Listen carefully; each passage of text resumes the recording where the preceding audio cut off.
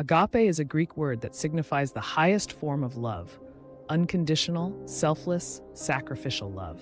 It appears in ancient Greek texts but became most widely known through its use in the Christian scriptures, especially the New Testament. Unlike other Greek words for love, eros, romantic love, philia, brotherly or friendship love, or storge, familial love, agape is not based on attraction, familiarity, or duty. It is deliberate. It is a love of the will, not of the emotions. It's the kind of love that chooses to give, serve, and remain faithful, regardless of the outcome or the worthiness of the recipient. Etymologically, the word agape comes from the Greek agapon, meaning to prefer or to esteem highly. It is love that places the well-being of another above one's own desires, comfort, or gain. In classical Greek usage, it was rare, but in biblical texts, it took center stage as the definitive form of love that reflects the nature of God. In Christian theology, agape is the love God has for humanity. It is not a reactive love. God doesn't love because we are lovable or because we first loved him. God loves because it is his nature to love. In 1 John 4:8, it says, God is love. God is agape.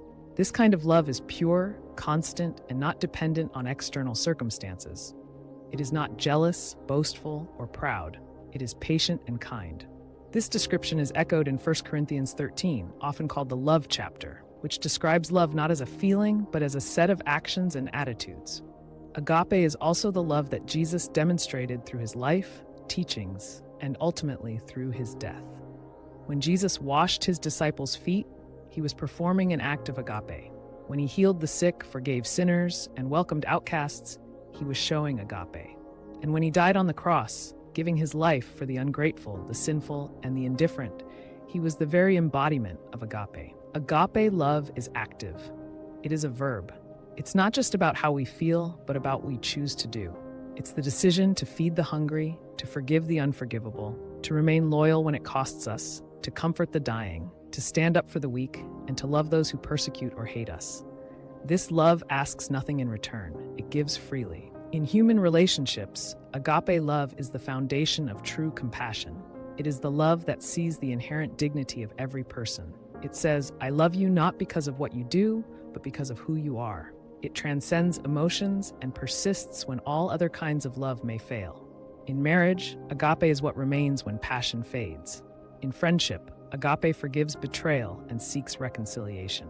In community, agape reaches across divisions to seek justice, peace, and unity. This love is not natural to us. It must be learned, practiced, and cultivated. It requires humility, vulnerability, and strength. It is not always reciprocated and is often misunderstood, but it is the only love that truly heals, truly redeems, and truly lasts.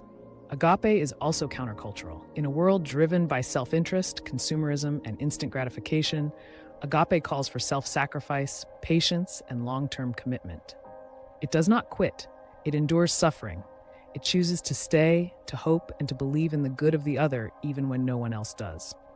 This kind of love is what Jesus commands when he says, love your enemies and love your neighbor as yourself. It is not a suggestion. It is the way of life for those who seek truth, peace, and holiness. Agape love is radical. It is revolutionary. It transforms marriages, friendships, families, communities, and entire societies when it is lived authentically. And it always begins with a choice, one small decision to love when it would be easier not to. One act of kindness, one word of encouragement, one moment of silence instead of retaliation. And slowly, those choices become habits, and those habits shape the heart. To practice agape is to imitate God.